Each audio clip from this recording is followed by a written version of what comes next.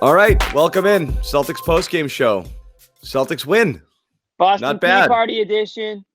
Yes, the Pea Party. Josue Pavone is desperately knocking at the door and can't get in. So we don't know what we're going to do here because he can't hear us. So we're hoping to get him in eventually. But the Celtics win. That's all they do now, right? It was an interesting. It was a sketchy way to win, but we'll take it because 10 points evaporated very quickly in that final minute there. But the future rookie of the year there to save the day. That was unbelievable. That last minute was the story of the season, just hemorrhaging points defensively and unloading on Miami offensively. That must have been what a weird close, right, to this game. I mean, that felt like the whole game, honestly. For about a minute, I was like, this is great. We're going to have a show, and we're going to talk about how well they close. You know, like, right.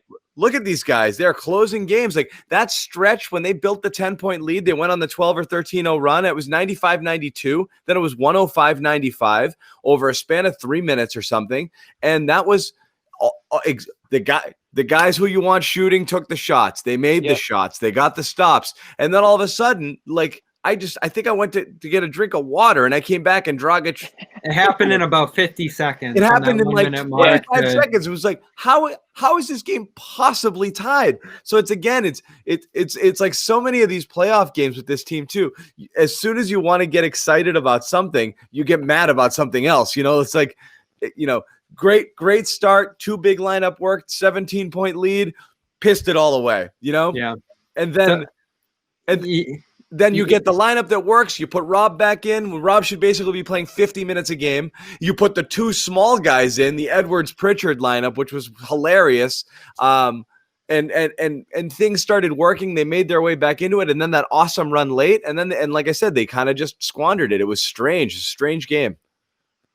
Felt like an Eastern Conference Finals game from last year, for sure. Right. So what I see in that last minute is the strange, hard to explain defensive breakdowns we're seeing with this team again and again through 9 games. 2 of the things that have been themes on the bad side for them are defensive breakdowns and a ton of turnovers, which was actually down tonight for the first time since opening night. But defensively, I always hear Daniel Tice talk about, you know, you got to get back to the basket, but you also got to find your shooters too from the paint. So you get back to the rim, but then you got to get outside too. And they weren't doing that in the final few there. They found Bam underneath on that first Robinson 3. That was the and one there. But Tatum's too late to the perimeter and fouls him. So that's where it all started to fall apart there. And then on the Dragic one, he gets 2 wide open shots after the Bam offensive rebound. So like, just non-existent transition defense once they go up 10 in that final minute. It's like, did they take their foot off the gas because they were up 10 with a minute left? I mean, these are the questions you got to ask, because I keep telling you guys this. Like, the personnel's there. Like, what is it? What is it that they can't hammer down the defense? Because not even the last minute, the whole night tonight, again. And Miami's an excellent offense. They move. They're tough. They run a good pick and roll. But it feels like it's something more than that with this team's defense. And, you know, 105 is not the worst number to give up, but it didn't look good. Didn't look great, but I'll take it. I mean, listen, the Heat might not be playing like Eastern Conference champions, but they are still coming out that season. They're a talented bunch. They can, you know, roll with the best of them.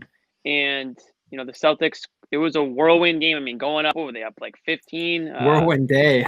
whirlwind, absolutely, from start to finish. I mean, up 15, then down in the third quarter, then up 10 in the final minute and a half. Then all of a sudden it's tied. I went to get my iPad they went up 10. I'm like, all right, they called the time. I was like, all right, I'm going to get my iPad, you know, get set up. I look up and I think I had to ask you. I was like, wait, what just happened? How is this like a 3-point game right now?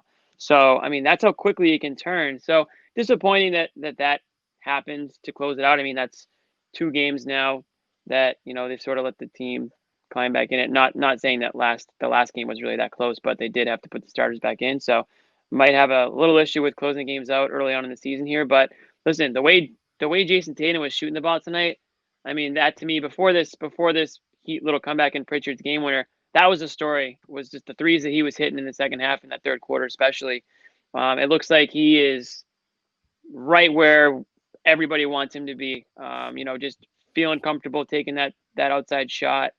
And it feels like with him and Brown, and Brown too. I mean, Brown had a tough game shooting, but he had a massive 3 in that third at the end of that game there that just kind of, it's like what John said. The guys you want shooting the ball are shooting the ball, and they're hitting the shots. So nice to see. So we're going to try this. Josue, you got us, buddy? Yeah, man. I'm just going to, Wow. How do I sound? How do There he is. sound all right? Welcome. I had a brand new mic last episode. I tried again. It's giving me difficulties this time. So back to the old one. Unbelievable. Unbelievable. What are we talking about? What happened? Nothing. Well- we're done. We're about to wrap it up, but thank you, buddy. Any final All right, let's thoughts? see you And Friday. that's our show.